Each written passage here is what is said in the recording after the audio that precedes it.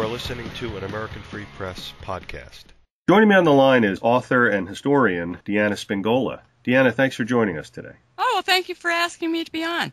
Deanna, I've seen your stuff over the years, and sadly I've never gotten to read any of your books, although that is on my agenda, and hopefully we'll be speaking in the future about that. But we are going to be speaking today about the upcoming AFP Free Speech Conference in Austin, Texas, on Veterans Day weekend, November 8th to the 10th. Before we get into the conference and your part in it, for the benefit of the listeners, can you give them a little bit of background about who you are? All righty. I am, from a writing standpoint, I started writing articles in 2005 for several websites, and then I decided that I thought, well, I might write a book. In fact, two publishers contacted me in December of '08 and asked me if I would like to write a book for them. And I opted to go with the first one because I thought it was just fair. So I spent a couple of years writing this book and writing, and I was so honored to have two publishers ask me. It was quite an experience to research and write this book. Of course, I had done a lot of research about the things that I was writing about anyway. After spending a couple of years on this book, and it was just about to go to publication, the publisher notified me, and he said, we can't do this. You have to make some changes. And I said, and what would those changes be? And he said, well, you really shouldn't be using the J word. You shouldn't refer to people as Jews. You have to go ahead and just let people try to figure it out for themselves and not point it out. So he said, and I want to wait for another year, bring it out in the fall, and I'd like to have somebody work with you.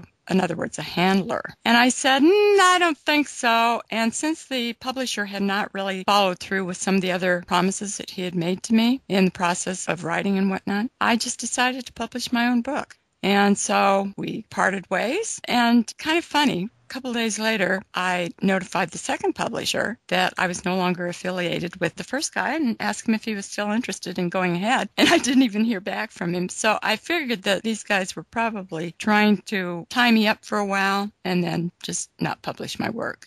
Wow.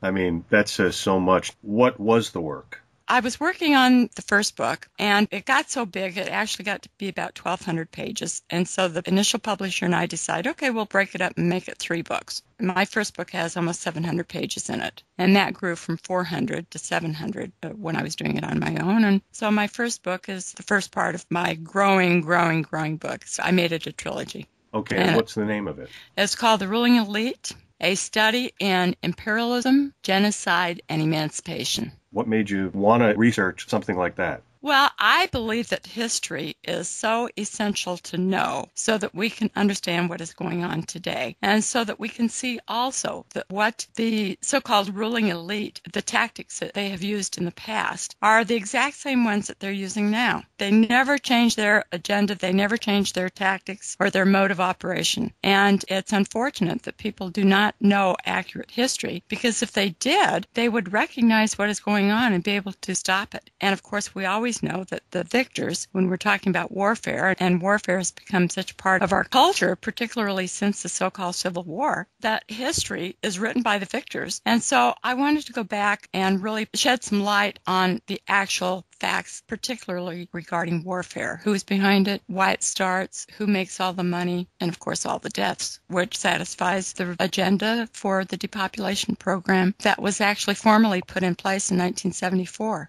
Wow, I can't wait to read it. The Jews obviously play a prominent part in all this, right? Oh, absolutely. That's probably why the two publishers decided they didn't want anything to do with me. Right. How big of a part do they play in the misery of the world? Oh, gosh, if I were to put numbers to it, I'd say 85%. Wow. Looking forward to reading that book. Now, what's it down to? You said 700 pages? Right. The first book, it was supposed to be 400, but it grew to 700 pages. My second book is similar. It is called The Zionist Seizure of World Power. It is also pretty big, 700 pages. And those publishers didn't get a chance to see the second book, right? They would have loved that one. The first publisher saw the entire work, the 1,200 pages, and he right away, he said, oh, we can't talk about the Jews. We just cannot talk about the Jews. So how can you not talk about the Jews? Maybe they're not really here. Maybe they don't exist. Is that what they mentioned? I have no idea. How can you not talk about the cabal? I mean, it's so imperative to not only know history, but to know who the criminals are and know who has caused all this egregious warfare and all the deaths and all the misery and all the famines and everything else. Are you Jewish? Well, I mean, you could be, right?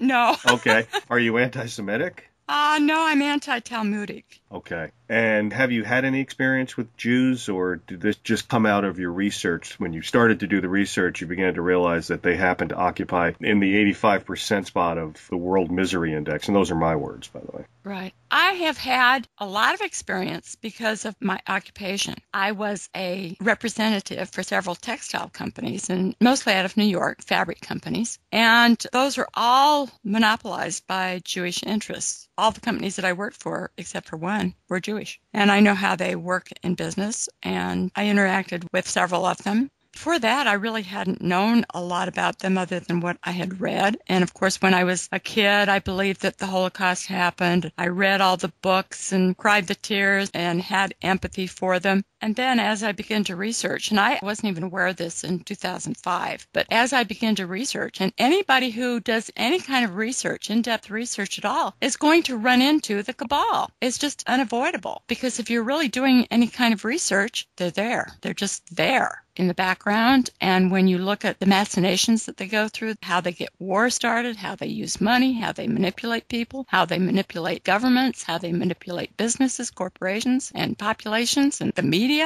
how could we not recognize that they are behind it? And you can only do that with research. And if you're researching and you don't run into the cabal, then I have to question what books you're reading, because, well, you have to read both sides of every issue also. You cannot just take one side of any viewpoint. I mean, it's just kind of ridiculous, unwise. You have to know both sides. That makes sense, but of course the whole point here being that the powers that be, they definitely do not want this type of information being introduced to the general populace. I shouldn't even say the general populace, because the general populace doesn't read. They text. But right. The learned class, and right. They can't afford to have this information obviously introduced, especially in the fashion that you have introduced it in, because here you're doing it in an even-handed way, and like you said, I mean, any serious researcher will come across this cabal, and they will have to recognize it and identify it for the benefit of the readers, because if you didn't do that, you wouldn't be doing your job as an author and a historian. So that's amazing stuff here. I was going to crack a joke about, you know what the smallest book in the world is. Have you heard of that one, Deanna? No. The Book of Jewish Business Ethics. Oh. That's anti-Semitic.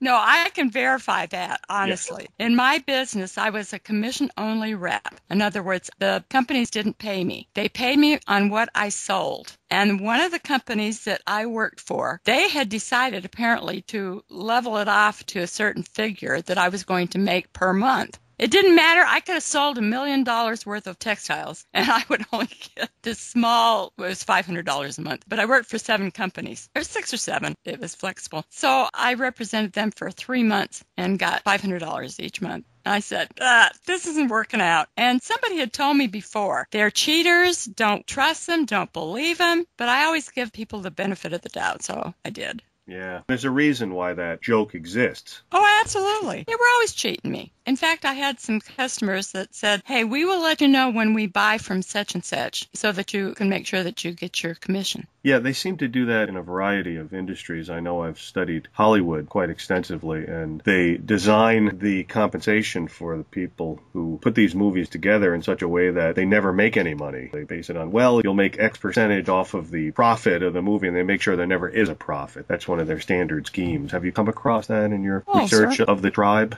Certainly. And that's also true in the music industry. I mean, they've cheated so many musical stars out of, a lot of money. But then when those stars voice their opinion about what has happened to them, and there have been many over the decades, then the ADL smear machine goes into action and they want an apology. This is what's amazing. You can even track this. The ADL comes out and says, they need to apologize. Then the buffoon star comes out and apologizes. And then the ADL comes out again and says, that wasn't a good enough apology. We need more. And then they come out and they genuflect and they beg and they grovel. And then that's okay. Have you noticed that standard pattern? Oh, absolutely. When you were talking, I was thinking Mel Gibson. I mean, my goodness, they really just all but ruined his career. That's what they do, because you can't talk about the Jews. Well, guess what? We're going to talk about the Jews, and we're going to especially talk about the Jews down in Austin, Texas, because we can.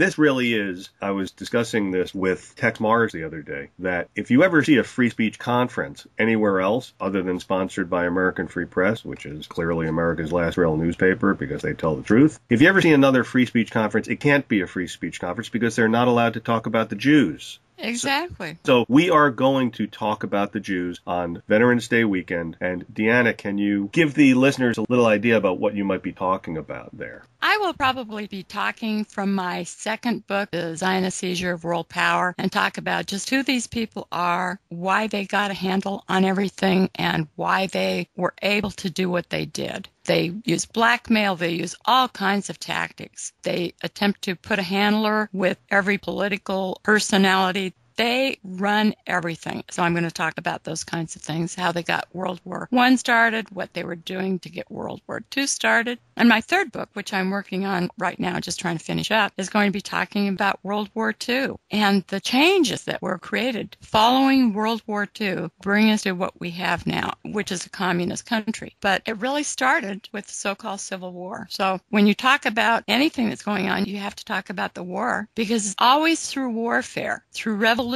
that the Jews take power. They are the most revolutionary people in the entire world. When I was a kid and reading about the poor submissive Jews going to their deaths, I'm thinking, even as a kid, I questioned that, and I thought, why are these people so stupid?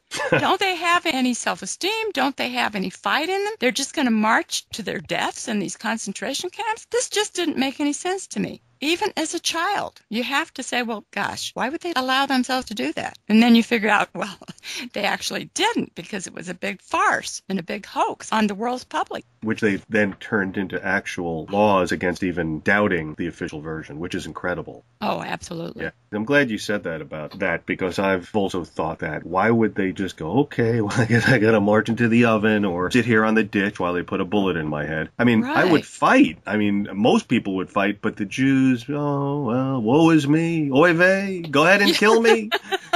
Turn my skin into a lampshade, which is nonsense, too. It's incredible. You know, we were on the radio last night on the AFP Editors Roundtable and discussing things along these lines as it applied to Greece, how the Jews are manipulating that country now. And I said to Mike Piper and Pete Bob Heracles, they're very proactive. The tribe is proactive. It's a nice way of saying that they meddle and manipulate basically everything of significance that goes on in our world today, and your books prove it. And I really can't wait to get into them, and I'm looking forward to meeting you in Austin on November 8th through the 10th, and clinking some glasses and maybe ripping apart some ribs like they do in Texas.